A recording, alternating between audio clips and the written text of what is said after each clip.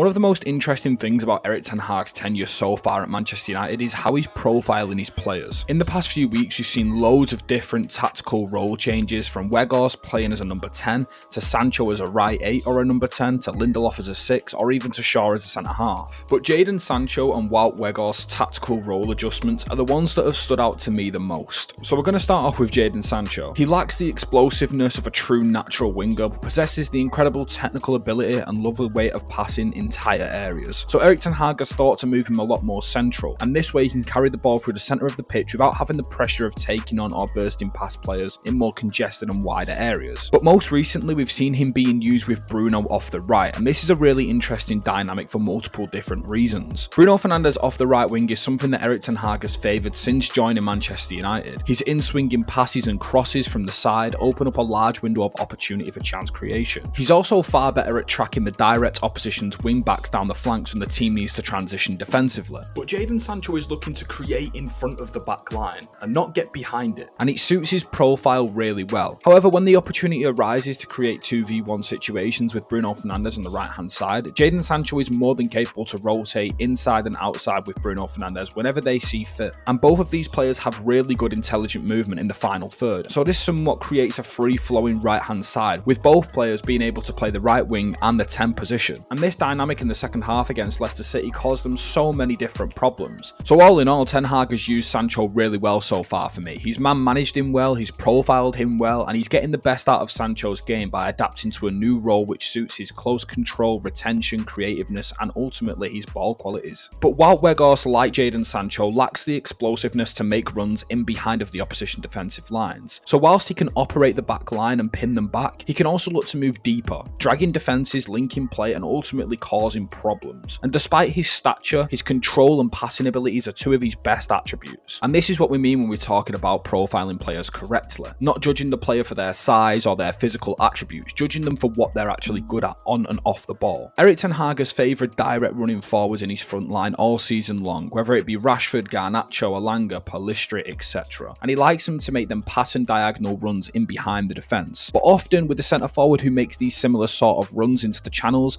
the lines can drop too deep and it comes somewhat of a predictable move. However, with Wout Weghorst in the team, it gives defensive lines this uncertainty that they can step up because they don't have a centre forward constantly looking to run in behind. But that's not the case. With this rotation of Wout Weghorst dropping deeper, it opens up the window for Rashford and Garnacho most of the time to make the runs in behind the defensive line. And they can only find this space in behind because of Wout Weghorst stepping backwards and letting the back line step up onto him. He can win free kicks, he works ridiculously hard, he overloads the centre of the pitch well, he can win duels, he can control the ball in tight spaces and pick a pass. So for all of his faults in terms of his finishing and his lack of explosiveness, but what he provides Manchester United is a body who's willing to work in the most selfless way possible. He does the majority of the forward pressing, he provides Manchester United somewhat of a control in the bigger games when they get overrun in the midfield, and he's constantly looking to make runs that will drag the opposition defenders away from his teammates so they can feast. Because Erik ten Hag has spoke about this on multiple different occasions, when Wout Weghorst benefits the team and wins the team goals in games when he doesn't actually directly involve himself in a goal. But ultimately these two players are a key to Manchester United going forward, and it's all because of how Erik ten Hag has profiled them both.